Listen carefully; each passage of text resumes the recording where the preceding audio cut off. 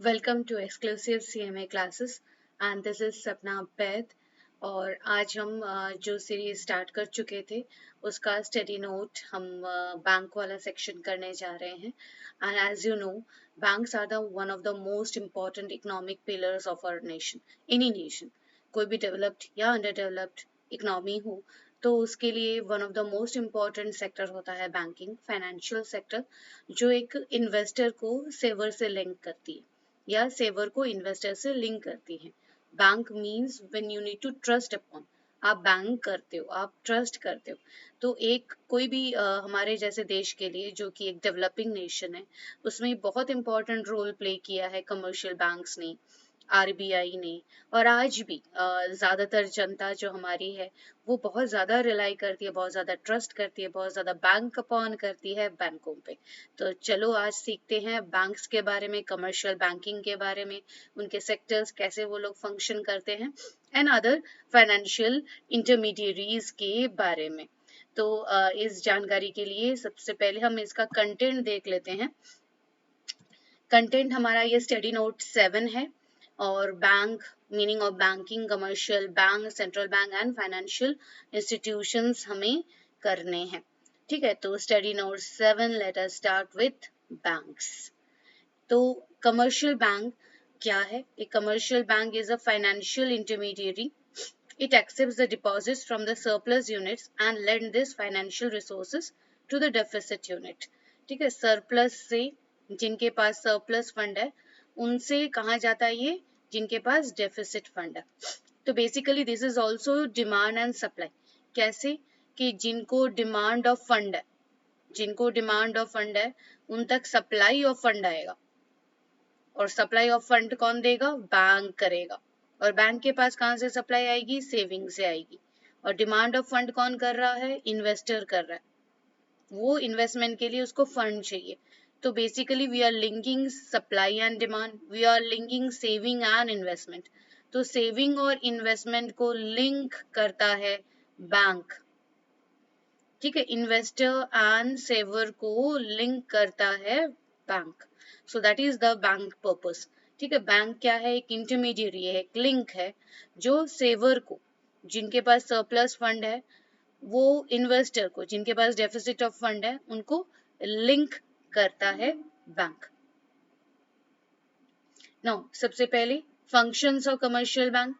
जो आज का कमर्शियल बैंक है, जैसे सपोज पब्लिक सेक्टर बैंक है, प्राइवेट सेक्टर बैंक है, तो इन जो like bank of India, bank of Baroda and Allahabad bank, HDFC bank, ICIC bank, ये जो प्राइवेट बैंक्स या कमर्शियल पब्लिक बैंक है, इनका खाली आज लेंडिंग एंड बोरिंग फंक्शन नहीं है। One of the primary function of course lending borrowing है, लेकिन लेंडिंग बोरोइंग ही इसका मेन फंक्शन नहीं है। इसके अलावा भी बहुत सारे मेजॉरिटी फंक्शंस करता है, और करता है तभी आज हम ई वॉलेट यूज करते हैं, कभी भी ट्रांजैक्शंस करते हैं। घर बैठ के रात के 2 बजे, 12 बजे, 1 बजे भी प्रोडक्ट खरीद सकते हैं, सर्विसेज ले सकते हैं, जोमेटो से खाना बुक कर सकते हैं, पिज्जा डिलीवरी हो सकती है। सो क्या नहीं करती? सब आपका यदि रूट देखो तो वो बैंक ही है।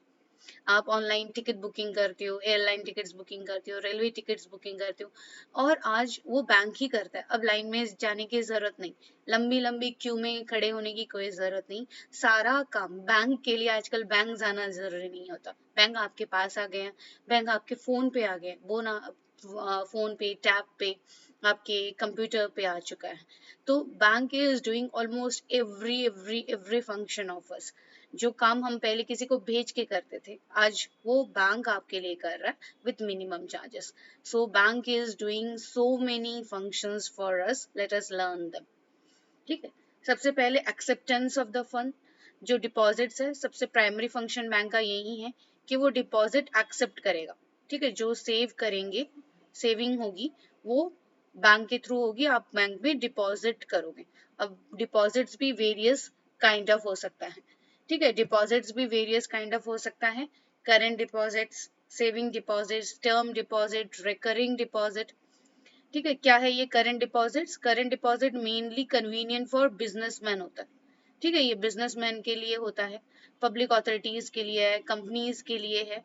ठीक है, जिसमें वो कभी भी विड्रॉ कर सकती है और कोई भी रिस्ट्रिक्शन नहीं है। तो करंट अकाउंट नाम से समझ में आ रहा है, करंट, आप कभी भी यहाँ से पैसे निकाल सकते हो और मेनली ये बिजनेस पर्पस के लिए होता है। Current account mainly business purpose के लिए होता है। जो जो जॉइंट कंपनीज होती है या बिजनेसमैन होते हैं, ये लोग इसमें अपनी कंपनी के नाम से ये अकाउंट खोलते हैं और इसमें ट्रांजैक्शंस करते हैं। फिर आता है सेविंग डिपॉजिट्स, जो मैं और आप जैसे लोग करते हैं। ठीक है, क्या करते हैं, ये सेविंग डिपॉजिट्स हैं जो मेरे जैसे लोग या आपके जैसे लोग हैं, जो हमारे पास एक्सेस जो सेविंग हो जाती है, एक्सेस खर्चा करने के बाद जो पैसा बच रहा होता है वो हम बैंक में सेव करते हैं। Convenient to small businessmen, salaried employees, artisans, people belonging to middle income groups. ठीक है, इसमें अराउंड बहुत ही लो रेट ऑफ इंटरेस्ट मिलता है। करंट अकाउंट पे कोई भी इंटरेस्ट नहीं मिलता। ठीक है, ये ध्यान रखना। जनरली ये लोन अकाउंट होता है, कोई इंटरेस्ट इस पे नहीं मिलता है। सेविंग अकाउंट पे ये आपका एक्स्ट्रा सेविंग है, जो खर्चे करने के बाद आपके पैसे बच रहे होते हैं वो आप सेव कर रहे होते हो। तो उस पर 4%, 3%, कोई कोई बैंक में 5% भी सेविंग रेट ऑफ इंटरेस्ट होता है। जो नॉर्मल हम अकाउंट बोलते हैं सेविंग करते हैं, उस सेविंग डिपॉजिट से ही करते हैं। और दोनों ही डिमांड डिपॉजिट्स हैं। दोनों को क्या बोला जाएगा, डिमांड डिपॉजिट बोला जाएगा। डिमांड डिपॉजिट इसलिए क्योंकि ऑन डिमांड इसको आप कभी भी विड्रॉ कर सकते हो। टर्म डिपॉजिट्स एफडी वाला डिपॉजिट्स होती है। ठीक है, टर्म डिपॉजिट्स आप इसको फिक्स डिपॉजिट भी बोलते हो, because the money is deposited with the bank for a fixed number of period. एक टाइम पीरियड के लिए 10 दिन, 15 दिन, 1 साल, 6 साल आप इसको बैंक में रख देते हो, इसीलिए इसका नाम टर्म डिपॉजिट है। टर्म मीन्स आपका टर्म फिक्स होगा। This can be withdrawn after the expiry of the maturity period. The minimum period is 15 days, 6%। ये डिपेंड करता है, ये जो परसेंटेज गिवन है ये वैरी करता रहता है, आरबीआई इसको चेंज करती रहती है। तो टर्म डिपॉजिट एफडी वाले अकाउंट होते हैं। रिकरिंग अकाउंट होते हैं, क्यूमुलेटिव होते हैं, जो जिसमें हर महीने आप डिपॉजिट कर सकते हो। आप एक साथ ह्यूज अमाउंट डिपॉजिट नहीं कर सकते। बहुत लोग हैं जो एक साथ सेविंग नहीं कर सकते, वो धीरे धीरे सेव करते हैं और इसीलिए वो मंथली, वीकली ऐसा कुछ डिपॉजिट्स होता है। तो रिकरिंग का मतलब बार बार, अब बार बार क्यूमुलेटिव वे में, एडिटिव व्यू में आप इसको यूज कर सकते हो। तो this deposits carry interest rate at a more than saving bank rate. ठीक है, सेविंग से ज्यादा होगी इसमें रिकरिंग में, लेकिन एफडी से कम होगा। ठीक है, सेविंग से ज्यादा रेट ऑफ इंटरेस्ट है, एफडी से कम रेट ऑफ इंटरेस्ट है। हर महीने इसमें आपका जो अमाउंट होगा वो भी फिक्स होगा, टाइम होगा वो भी फिक्स होगा। सपोज आप 1000 रुपए हर महीने देते हो, तो 1000 रुपए आपको हर महीने देने पड़ेंगे, ना कम ना ज्यादा। और आपने 5 साल के लिए रिकरिंग करी है तो 5 साल तक ये चलेगा। ठीक है, तो कितने टाइप ऑफ डिपॉजिट्स हुए, recurring, term deposit, saving deposits and current deposits.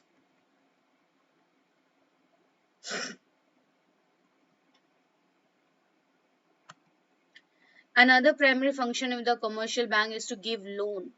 One of the main function कि लोन देना है, एडवांसेस देने हैं to traders, industrialist, farmers etcetera, इन सबको लोन देना होता है। तो इसको बोला जाता है call loans. A demand loan is loan that should be repaid on demand by the bank. It does not have a specified maturity period. This loan is a kind of advance made with or without security. These are called call loans. Normally, call loans are given to other banks or financial organization for a day or a few days. ये ऐसे loan हैं जो bank जब वापस मांगेगी तब आपको repay करना पड़ेगा आफ्टर स्पेसिफाइड। इसका कोई मतलब स्पेसिफाइड टाइम पीरियड नहीं होता, मैच्योरिटी कोई टाइम पीरियड नहीं होता। ये सिर्फ एक काइंड ऑफ एडवांस दिया जाता है विदाउट एनी सिक्योरिटी। और ये जनरली बिजनेस ऑर्गेनाइजेशन को, फाइनेंशियल ऑर्गेनाइजेशन को दिया जाता है, लेकिन ऑन डिमांड, ऑन कॉल वापस लौटाना होता है। शॉर्ट टर्म लोन होता है, एक स्पेसिफाइड शॉर्ट टर्म पीरियड के लिए दिया जाता है। जनरली फार्मर्स, छोटे बिजनेसमैन, जिनके पास कम कैपिटल होता है, कम कैपिटल की जरूरत होती है, उन लोगों को शॉर्ट टर्म लोन दिए जाते हैं। इंडिविजुअल्स को भी दिए जाते हैं, जिनको बोला जाता है personal loans. They are given always against security. Short term loan ही सबसे ज्यादा पॉपुलर है और आपको सिक्योरिटी के अगेंस्ट ये लोन मिलता है। जनरली कम अमाउंट का होता है ये। पर्सनल लोन यदि इंडिविजुअल ले रहे हैं तो पर्सनल लोन काइंड ऑफ, और बिजनेसमैन, छोटे बिजनेसमैन एंड ट्रेडर्स के लिए होता है। इसका टाइम पीरियड शॉर्ट होता है, ठीक है, क्या जैसे 1 साल 2 साल 5 साल, ठीक है, लॉन्ग टर्म 25-30 साल नहीं होता। Credit, CC account, cash credit. Cash credit refers to an arrangement by which the bank allows its customer to borrow money up to a specified limit from an account opened for the purpose. The customer need not withdraw the entire amount in one installment. Okay, it is an arrangement allows the customer to borrow money up to a specified limit. जैसे आपको आपने 1 लाख का यदि suppose 10 lakh का आपने cash credit कर रखा है, तो इसमें से आपसे 5 लाख तक की कैश क्रेडिट कर रखे हो। 10 लाख का लोन है, उसमें 5 लाख तक कैश क्रेडिट है, यहाँ तक आप विड्रॉ कर सकते हो।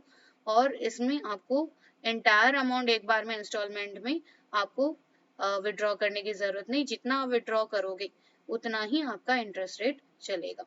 ठीक है, तो money into a specified time limit.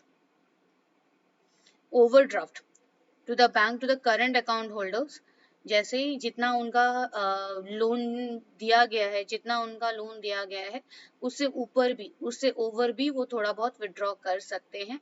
इसको ओवरड्राफ्ट फैसिलिटी बोला जाता है।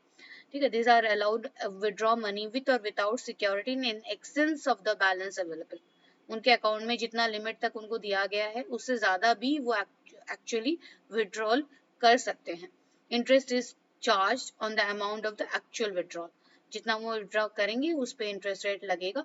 तो ओवरड्राफ्ट फैसिलिटी मींस जितना उनके अकाउंट में बैलेंस है, से 1 लाख है और इन केस 1.25 का चेक आ गया, तो 0.25 के लिए उसको अलग से कुछ भी चार्ज देना नहीं पड़ेगा, उसको चेक उसका क्लियर हो जाएगा क्योंकि उसने ओवरड्राफ्ट फैसिलिटी ली हुई है।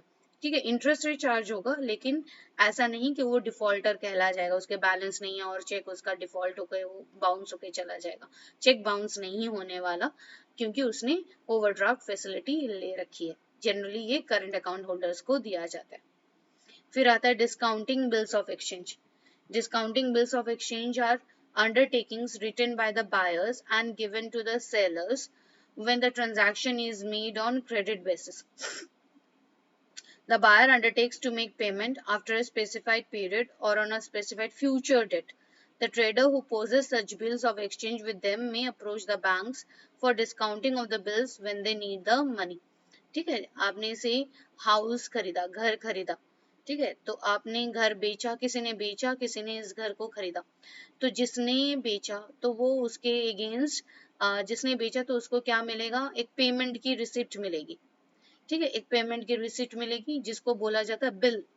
ठीक है, अब इस बिल पे, इस चेक पे पहले से एक डेट लिखी हुई है, फ्यूचर डेट लिखी हुई है, और उस फ्यूचर डेट से पहले जिसने उसको खरीदा है, जिसको ये चेक मिला हुआ है, उसको यदि वो इनकैश करवाना चाहे, उस डेट से पहले जाके वो इसको इनकैश करवा सकता है इसको। और तब उसको क्या मिलेगा, जितना चेक पे लिखा हुआ है या बिल पे लिखा हुआ है उस बिल से थोड़ा अमाउंट कट हो जाएगा और बाकी का पैसा मिल जाएगा। इसको बोला जाता है डिस्काउंटिंग बिल्स ऑफ एक्सचेंज। ठीक है, क्या कि जो बिल में लिखा हुआ है, जो बायर है एंड जो सेलर है, तो सेलर को क्या मिलेगा, एक बिल मिलेगा। ठीक है, एक्सचेंज के बदले में उसको एक बिल मिलेगा, एक चेक मिलेगा, आप चेक काइंड ऑफ बोल सकते हो, उसको एक चेक मिलेगा। चेक पे एक फ्यूचर डेट है, चेक पे एक फ्यूचर डेट है। ठीक है, उस फ्यूचर डेट पे उसको उसको इनकैश करवाना है, फ्यूचर डेट पे उसको इसको इनकैश करवाना है। लेकिन फ्यूचर डेट में क्या होगा कि उससे पहले यदि उसको पैसे चाहिए, फ्यूचर डेट से पहले यदि उसको पैसे चाहिए, तो वो क्या करेगा, फ्यूचर डेट को उससे पहले यदि पैसे चाहिए तो वो क्या करेगा, उससे पहले ही वो चीज वो इनकैश करवा सकता है। ठीक है, उससे पहले ही वो चीज वो इनकैश करवा सकता है, डिपेंड करता है। ठीक है, फ्यूचर डेट के इससे जो अमाउंट लिखी हुई है फ्यूचर डेट से पहले उसको इनकैश करवा सकता है। उससे पहले उसको जो पैसे मिलेंगे वो थोड़े से डिस्काउंटेड मिलेंगे। ठीक है, तो यदि चेक पे यदि 1 करोड़ लिखा हुआ है और महीने की 1 महीने की बाद की डेट डली हुई है और मैंने 1 महीने से पहले बिफोर में इसको इनकैश करवाना चाहा, तो शायद मुझे 0.2% कट करके मिलेगा। इसको बोला जाता है discounting bills of exchange. Credit card आप जानते हो, credit card, bank have devised new methods of giving loans to the customer. One such popular method is credit card. Credit card holder can use his card to purchase goods from specified firms and shop and also withdraw cash subjects to certain regulation.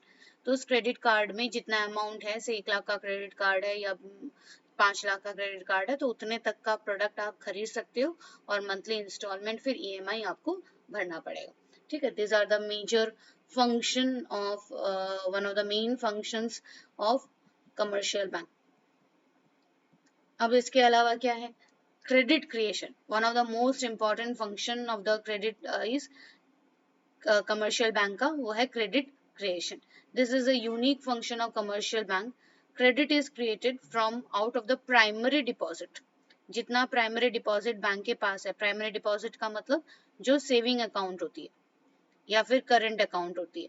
ठीक है, demand deposit होता है, primary deposit जो अपने account खोलते हैं, loan account नहीं है. ठीक है, प्राइमरी एंड सेकेंडरी दो अकाउंट होते हैं. प्राइमरी अकाउंट मतलब मेरा पैसा मैंने बैंक में रखा है, तो वो प्राइमरी अकाउंट होता है. तो प्राइमरी अकाउंट में बैंक में पैसे रखे गए, उस प्राइमरी अकाउंट से बैंक क्या करता है, लोन आउट कर देता है, लेंड आउट कर देता है, जिसको सेकेंडरी अकाउंट बोला जाता है. ठीक है, प्राइमरी अकाउंट खोला जाएगा, सेविंग अकाउंट खोला जाएगा, उसमें से जितने भी पैसे हैं थोड़े पैसे बचा के रख के बाकी सारा अमाउंट हम क्या करेंगे, सेकेंडरी अकाउंट में ट्रांसफर कर देंगे as a credit, as a loan. इसी को क्रिएशन ऑफ क्रेडिट बोलते हैं. ठीक है, तो ये क्रेडिट क्रिएशन होती है. Receive from the public, part of that money is given as loan and advances to its customer. It should be noted that one single bank cannot create credit. Banking system as a whole consists of several banks jointly can create credit. ठीक है, credit creation एक बहुत ही interesting kind of thing होता है.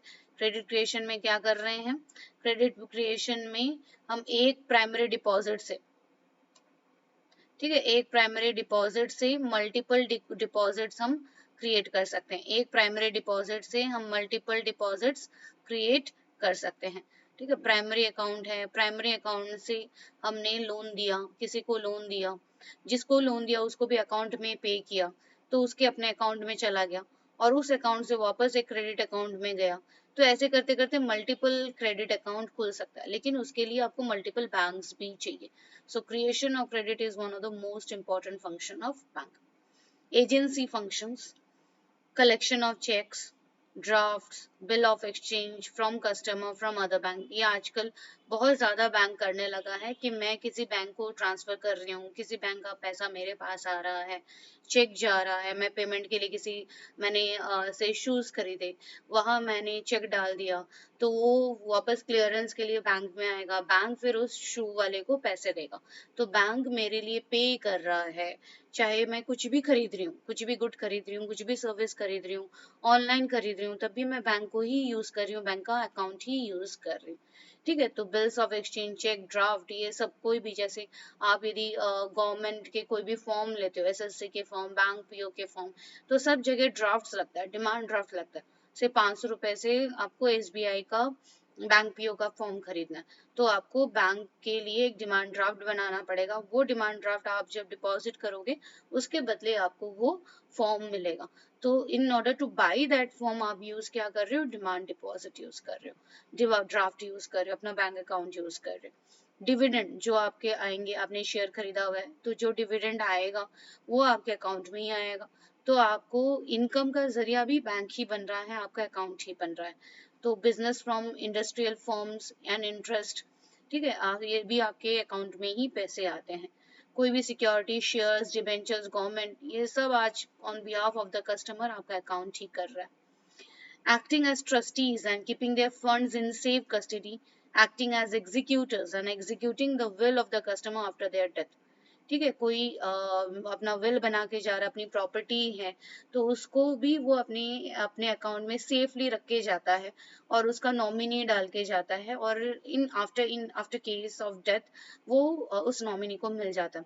Similarly insurance होता है, insurance में भी यही चीज होती है कि इन केस ऑफ डेथ आप उस नॉमिनी का नाम बता के जाते हो, तब तक पैसे आपके अकाउंट में सेफ पड़े हुए हैं. जैसे ही किसी की डेथ होगी या जिसकी भी डेथ होगी, वो पैसे फिर ट्रांसफर हो जाएंगे जिसके अकाउंट में जिसका नाम लिखा हुआ है एज अ नॉमिनी. तो ये आपका एसेट को भी प्रोटेक्ट कर रहा है. ठीक है, insurance premium, income tax, subscription, कुछ भी आज आप प्राइम वीडियो देखना चाहते हो, नेटफ्लिक्स देखना चाहते हो, आप सब्सक्रिप्शन लेना चाहते हो, तो आपने वो प्रोडक्ट वो सर्विस खरीद लिया। खरीदने के लिए क्या यूज किया? आपने अपने अकाउंट को यूज किया। ठीक है, सो तो all these are agency functions. General utility functions. Commercial provides certain general utility functions, provide locker facility, save custody of silver, gold, locker देते हैं जिसमें आप अपने assets को रख सकते हो। From one bank to another आप पैसे ट्रांसफर कर सकते हो। ठीक है, ट्रांसफर करोगे पैसे को एक अकाउंट से, तब भी वो बैंक आपका काम आएगा। इंटरनेट फैसिलिटी, आप ऑनलाइन ट्रांसफर कर सकते हो। Issue letters of credit in order to enable the customer to purchase commodities on the basis of credit. Credit card से आप प्रोडक्ट को परचेज कर सकते हो। ठीक है, shares issued by joint stock companies and help them to raise their capital. ठीक है, शेयर्स भी आप अपने डीमैट अकाउंट के थ्रू, डीमैटेरियलाइजेशन, डीमैट अकाउंट के थ्रू आप शेयर खरीदते हो, जो अगेन अकाउंट ही है। ठीक है, अपने बैंक अकाउंट में ही आप खोलते हो डीमैट अकाउंट, जिसके थ्रू आप शेयर बाइंग ट्रेडिंग करते हो। ट्रैवलर्स चेक, कमर्शियल बैंक ही ट्रैवलर्स चेक इश्यू करता है। आप एक कंट्री से दूसरे कंट्री जा रहे हो, फॉरेक्स चेंज करना है आपको, आपको रुपीस को डॉलर में कन्वर्ट करना है, डॉलर को रुपीस में कन्वर्ट करना है, तो आपको बैंक, कमर्शियल बैंक आपको ये फैसिलिटी देगा, ट्रैवलर चेक देगा, जिसको आप वहां जाके, जो भी दूसरे कंट्री में आप जा रहे हो, वहां जाके आप उसको इन कैश करवा सकते हो। आपका रिस्क जो है कैश कैरी करने का, वो जरूरत ही नहीं है। ठीक है, provide foreign exchange customer for export and import in case of their business, के लिए भी वो पैसे देते हैं, एक्सचेंज करवाते हैं। आप अपने रुपीस को दे दो तो आपको डॉलर मिल जाएंगे। Operating in other places and also collect information of such business and provide it to customer. ठीक है, तो convey information on behalf of their customer, जो भी दूसरे जगह काम कर रहे हैं तो कमर्शियल बैंक के थ्रू उनकी इन्फॉर्मेशन तक भी वो दे सकते हैं। और आजकल तो एटीएम के थ्रू डिफरेंट लोकेशन पे आप कहीं भी अपना कैश को विड्रॉ कर सकते हो। So these are the functions of commercial bank. Now, what is the principle of commercial bank? Principle of liquidity, principle of profitability, solvency, safety, savings, so on. ठीक है, तो what are the principles? Deposits are repayable on demand or after expiry of a certain period. Everyday depositors either deposit or withdraw cash. To meet the demand for cash, all commercial banks have to keep certain amount of cash in their custody. Liquidity की guarantee, commercial bank चलती कौन से principal है, कौन से नियम कानून है? देखो, बैंक, कमर्शियल बैंक के लिए सबसे सबसे ज्यादा जरूरत कमर्शियल बैंक की कहाँ है कि मुझे पैसे चाहिए, जब जाऊं मैं बैंक तो मुझे पैसे मिल जाने चाहिए, मेरे ही पैसे हैं, मेरे बैंक में पड़े हैं, मैं बिजनेसमैन हूँ, वुमन हूँ, तो मेरा करंट अकाउंट है, लेकिन बैंक में जाऊं तो बैंक के पास एनफ फंड होना चाहिए ताकि वो मुझे दे सके। तो विड्रॉल की फैसिलिटी, कभी भी एटीएम में जाऊं, एटीएम कार्ड मेरे पास है तो वहां से पैसे निकल जाना चाहिए यदि मेरे अकाउंट में पैसे हैं तो ये जो लिक्विडिटी है, लिक्विडिटी मतलब कैश मिल पाना, विड्रॉ कर पाना, ये one of the strongest area है बैंक का। बैंक में यदि लिक्विडिटी ना रही, पैसों की कमी हो गई, तो आपका जो इकोनॉमिक ट्रांजैक्शंस है, इकोनॉमिक एक्टिविटीज है, वो रुक जाएगा। तो liquidity is very very essential for any banking to be successful, to be commercially viable. ठीक है, तो और आफ्टर अ सर्टेन पीरियड आप बैंक से विड्रॉ कर सकते हो। एवरी डे कोई ना कोई डिपॉजिट करता है, कोई ना कोई विड्रॉ करता है, तो हर बैंक हर दिन के लिए कुछ ना कुछ कैश हमेशा मेंटेन करती है, जिसको लिक्विडिटी बोला जाता है। प्रॉफिटेबिलिटी, ठीक है, बैंक बिजनेस करता है तो उसको प्रॉफिट चाहिए, प्रॉफिट के बगैर बैंक चलेगा कैसे? तो यदि हम बैंक में डिपॉजिट करते हैं, डिपॉजिट की रेट से 5% हमें बैंक देती है, उस 5% को जब वो लेंड आउट करती है तो वहां से 15% उसको मिलता है। तो इन दोनों का डिफरेंस जो है 10%, ये बैंक का प्रॉफिट है, जिससे बैंक के सारे तामझाम चलते हैं, है ना। तो बैंक में जब हम पैसे रखते हैं तो बैंक की वो लायबिलिटी बनती है, उसको पे बैक करना पड़ेगा, तो वो उस पैसे को सिक्योर करने के लिए हमें देता है 5%, 5%। ठीक है, और क्योंकि हम किसी को जानते नहीं, हम सिर्फ बैंक को जानते हैं, बैंक उस पैसे को आगे जाके लेंड आउट करता है, जिसके जिसके ऊपर वो ट्रस्ट करता है, जिसको वो क्रेडिट वर्दी मानता है, उनको वो पैसे देता है और वहां से वो ज्यादा अर्न करता है। उस ज्यादा अर्निंग से मुझे पे करता है, बैंक अपने पास पेमेंट कुछ रखता है जिसको वो प्रॉफिट बोला जाता है। Solvency should have financially sound, ठीक है, अपने बिजनेस को चलाने के लिए उसके पास है ना फंड होना चाहिए, सेफ्टी। ठीक है, बैंक का तो पर्पस ही है कि वो अपने डिपॉजिटर को मनी को हमेशा सेफ रखे। सेविंग का पर्पस बिल्कुल बिल्कुल बिल्कुल भी प्रिंसिपल है ही, मेन फंक्शन ही कलेक्शन ऑफ सेविंग है। छोटी सेविंग, बड़ी saving, very important function. Commercial bank seek huge amount of idle money from the clients. ठीक है, जो क्लाइंट के पास पैसा पड़ा हुआ है, आइडल पड़ा हुआ है, जिसका कोई यूज नहीं है, छोटा फंड हो, बड़ा फंड हो, छोटे फार्मर का, ट्रेडर का, क्योंकि एक एक रुपए से ही बड़ा फंड होता है। सबने 1 रुपए कंट्रीब्यूट करे और 135 करोड़ जनता है तो सीधा 135 करोड़ होता है। ठीक है, तो एक छोटा छोटा फंड ही तो bank as a saving collector of saving बनता है। सो बैंक्स टारगेट दे देता है अपने एम्प्लॉयज को कि आपको इतने सेविंग अकाउंट तो करने ही पड़ेंगे, या इतना अमाउंट ऑफ सेविंग अकाउंट तो करना ही करना पड़ेगा। इससे बैंक के पास लिक्विडिटी बनी रहती है, बैंक के पास एनफ एसेट रहता है, बैंक की सॉल्वेंसी बनी रहती है, बैंक का फेथ बना रहता है, बैंक का बिजनेस भी चलता रहता है।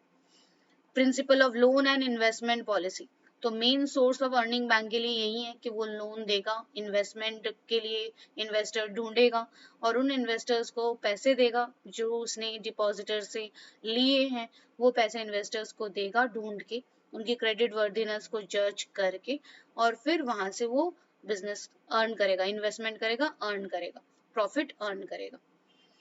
अननेसेसरी एक्सपेंडिचर से कमर्शियल बचना चाहेगा, कमर्शियल बैंक जो है अननेसेसरी एक्सपेंडिचर से बचना चाहेगा और हमेशा अपनी ईयर टू ईयर जो प्रॉफिट है आगे से आगे बढ़ाने की कोशिश करे। This should be the principle, this should be the target of any bank. Bank के लिए बैंक की रेपुटेशन बहुत इंपॉर्टेंट होती है, बहुत इंपॉर्टेंट होती है, इसीलिए वो हमेशा अपनी छवि, रेपुटेशन को इंटैक्ट रखना चाहता है, उसको बिगड़ने नहीं देना चाहता।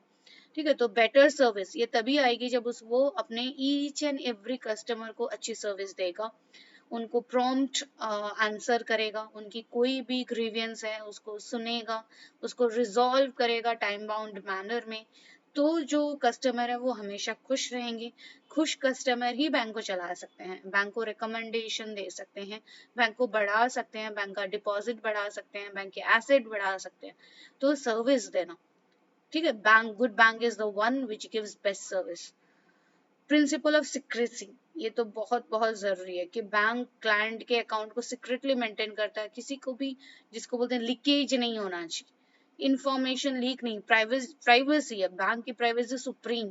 मेरा एटीएम कार्ड का पिन, मेरे अकाउंट के डिटेल्स वो किसी के साथ शेयर नहीं करेगा। ठीक है, तो दिस अदरवाइज क्या होता है कि आपके बैंक अकाउंट से, जिसको बोलते हैं फिशिंग, ठीक है, पैसे निकल जाएंगे, फ्रॉड बहुत हो रहे हैं और आरबीआई आजकल एडवर्टाइजमेंट में कितना बता रहा है कि आप अपने अकाउंट को कैसे सेफ रख सकते हो। अननोन कॉल्स को अटेंड मत करो, अपने ईमेल में यदि कुछ ऐसा आता है, बैंक के थ्रू मेल आता है, तो उसको ध्यान से देखो, बाद में खोलो। बैंक वाले कभी आपको अपने एटीएम या पिन के डिटेल्स नहीं मांगते। तो ये सारी सिक्रेसी है, ये अवेयरनेस है जो एक कस्टमर के पास हमेशा होने चाहिए। प्रिंसिपल ऑफ मॉडर्नाइजेशन, उसको धीरे धीरे अपने आप को अपडेट करना है। नए टेक्निक्स आ रही हैं, ऑनलाइन टेक्निक्स आ रही हैं, नए सर्विसेज आ रहे हैं, सॉफ्टवेयर आ रहे हैं, ई वॉलेट आ रहे हैं, तो अपने आप को अपडेट नहीं रखेगा तो डेवलपमेंट के साथ वो नहीं चल पाएगा। तो बैंक में पैसे रखते हैं, उसके साथ साथ हम ये चाहते हैं कि बैंक की सर्विसेज हमें टाइम टू टाइम मिलती रहे और प्रॉम्प्ट मिलते रहे। तो उसके लिए उसको अपना टेक्नोलॉजिकली अपने आप को बहुत ज्यादा एडवांस करना पड़ेगा। स्पेशलाइजेशन होना चाहिए, हर बैंक का अपना अपना सेगमेंट होना चाहिए कि एक ही बैंक में हाउसिंग लोन भी चल रहा है एंड ट्रेडर्स लोन भी चल रहा है, एजुकेशन लोन भी चल रहा है, तो उससे बैंक के बिजनेस को नुकसान होता है। तो ये स्पेशलाइजेशन सेगमेंट वाइज हो जाना चाहिए और अपने ह्यूमन रिसोर्स को उस हिसाब से बांट देना चाहिए। लोकेशन सूटेबल साइट होना चाहिए ताकि कस्टमर्स ज्यादा से ज्यादा उसको मिल सके। रिलेशन वेरी वेरी इंपॉर्टेंट, एक बैंक चलता ही रिलेशनशिप की वजह से है कि वो अपने कस्टमर से कितने अच्छे रिलेशन बना के चलता है। पोटेंशियल कस्टमर्स आगे से आगे उसको मिलते रहेंगे यदि वो रिलेशनशिप अच्छा बनाएंगे। प्रिंसिपल्स ऑफ पब्लिसिटी, है ना, principles of publicity, it is an age of publicity. जितना ज्यादा पब्लिसिटी करोगे, सोशल मीडिया पे आप रहोगे, तो आपको यदि ज्यादा से ज्यादा मनी अर्न करना है तो आपको ज्यादा एडवर्टाइजमेंट करना पड़ेगा थ्रू वेरियस मीडिया। तो in that case commercial bank follow certain principle, और उसके हिसाब से उसके कस्टमर्स बढ़ेंगे। तो साउंड बैंकिंग सिस्टम के ये कुछ कैटेगरीज हैं। ठीक है, कुछ प्रिंसिपल्स है, मॉडर्न बनना है, स्पेशलाइज करना है, अपना एरिया ऑफ स्पेशलाइजेशन ढूंढना है, कस्टमर से अच्छे लिंक बनाने हैं, अपने आप को अपडेटेड रखना है, टेक्नोलॉजिकली वायबल बनना है, प्रॉफिट ज्यादा से ज्यादा करना है, अपना एसेट को बनाए रखना है, एंड लेंड जो देना है, लेंडिंग जो करनी है, प्रॉपर क्रेडिट वर्दी कस्टमर को दी जाए, एंड टारगेट दिए जाएं ताकि एम्प्लॉय सेविंग को और ज्यादा बढ़ा सके। So these are the basic principles जिसके ऊपर एक कमर्शियल बैंक चलती है। एक अच्छे बैंक के जिसको बोलते हैं ना, क्या फीचर्स होने चाहिए, उसके पास एनफ लिक्विडिटी होनी चाहिए, बैंक एक्सपैंड करे, जो अंडर डेवलप्ड रीजन है, लेस डेवलप्ड रीजन है, वहां तक जाए। ठीक है, इन्वेस्टमेंट लोन पॉलिसीज होनी चाहिए। ठीक है, तो सबसे पहले एडिक्वेट लिक्विडिटी, उसके पास enough sufficient cash in hand to claim to meet the claim of depositor. पैसा लेने आए डिपॉजिटर और उसके पास पैसा ना हो तो दूसरे दिन ही वो बैंक अकाउंट क्लोज करके चला जाएगा। तो बैंक के पास एनफ फंड होना चाहिए to meet the daily requirement, daily liquidity. ठीक है, बैंकर के पास एनफ फंड होना चाहिए। लेकिन क्या करते हैं, people would not more keep fund with banker. It ensures safety of a bank. Unless a bank is safe, it cannot render social services. ठीक है, तो उसके पास एनफ लिक्विडिटी होना चाहिए। तो बैंक यदि फेल कर जाता है तो इससे पब्लिक को बहुत नुकसान हो जाता है, उसको फिर उसका ट्रस्ट हट जाता है बैंक के ऊपर से। तो बैंक के पास लिक्विडिटी होनी चाहिए, लेकिन at the same time safety होनी चाहिए। Banking facilities should spread throughout the economy. It must also cover the section of people in need of fund and all productive activities. The less developed regions should get more banking facilities. Thus, diffusion of bank offices is essential. ठीक है, bank facilities through out the economy spread होना चाहिए, हर section के पास पहुंचना चाहिए, ताकि वो अपने प्रोडक्टिव एक्टिविटीज के लिए जो उसको लोन चाहिए, farming, agriculture, small sector units, traders, entrepreneurs, तो ये सारे जो लेस डेवलप्ड रीजन्स होते हैं उनको भी लोन मिले, और इसीलिए ब्रांचेस को हर जगह फैल जाना चाहिए। ठीक है, ऐसा नहीं कि अर्बन सेंट्रिक हो, ये हर जगह फैले। Investment and loan policies. A sound banking system must have a sound investment policy whereby it can optimize twin goals of liquidity and profitability. उसको liquidity भी maintain करना, लेकिन at the same side उसको profit भी करना।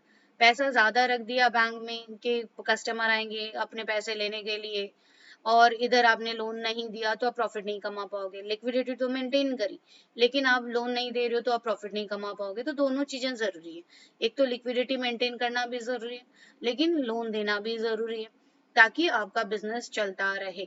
तो ये जो बैलेंस है इन्वेस्टमेंट एंड लोन पॉलिसीज, ये बहुत ही केयरफुली चॉक आउट करना पड़ता है। तो एक प्रूडेंट बैंकर वही है जो इन कॉम्पोजिशन को तय करे कि कितना मुझे रखना है और कितना मुझे लोन देना है, एडवांसेस करने हैं, ताकि हम अर्निंग को ऑप्टिमाइज कर सके, सेफ्टी एंड सॉल्वेंसी को ध्यान में रखते हुए। ह्यूमन फैक्टर, एक बैंक कितना साउंड है ये पूरी पूरी बैंकर की क्वालिटी के ऊपर डिपेंड करता है। ठीक है, बैंक कितना प्रैक्टिकल है, कितना रिजिड है बैंक के लॉज, कितना स्ट्रिक्ट है, कितना डिसिप्लिनेरियन है, कितना रूड है, कितना सॉफ्ट है। तो this this very human factor ये बहुत इंपॉर्टेंट है एक साउंड बैंकिंग सिस्टम के लिए। ठीक है, so more on banking personal than on the banking laws. तो हम ये देख ही रहे हैं कि बैंकिंग लॉज से ज्यादा बैंकिंग के जो पर्सनल है, जो लोग हैं जो बैंक को चला रहे होते हैं, उनका बिहेवियर बैंक में अपने डिपॉजिटर को खींचता है। उन्हीं से ही बैंक चलता है, उन्हीं से ही क्रेडिटर बनते हैं। बैंक के एजेंट्स जो होते हैं या मैनेजर्स होते हैं, एडवांस ऑफिसर्स होते हैं, ये जब लोन लेने देने के लिए लोग ढूंढते हैं, तो उनके डिसीजन पे, उनके प्रूडेंसी पे डिपेंड करता है कि आपने सही कस्टमर को लोन दिया है कि नहीं दिया। ठीक है, तो banking purely depends on bank personality, banker का पर्सनालिटी। तो जो लोग बैंक को चलाते हैं वही बैंक आगे जाके डेवलपमेंट कर सकते हैं। एक डिसऑनेस्ट, एक नॉट सो डिसिप्लिन्ड, एक वेरी रूड, ऐसे लोग बैंक को नहीं चला पाते, तो एक बंदा भी बैंक को ले डूबता है। तो आप भी इतने बैंकों में जाते हो और आपको पता है आपको बैंक कौन सा अच्छा लगता है, वही बैंक अच्छा लगता है जिसके जहाँ के लोग अच्छे होते हैं, जहाँ का बैंकर अच्छा होता है। ठीक है।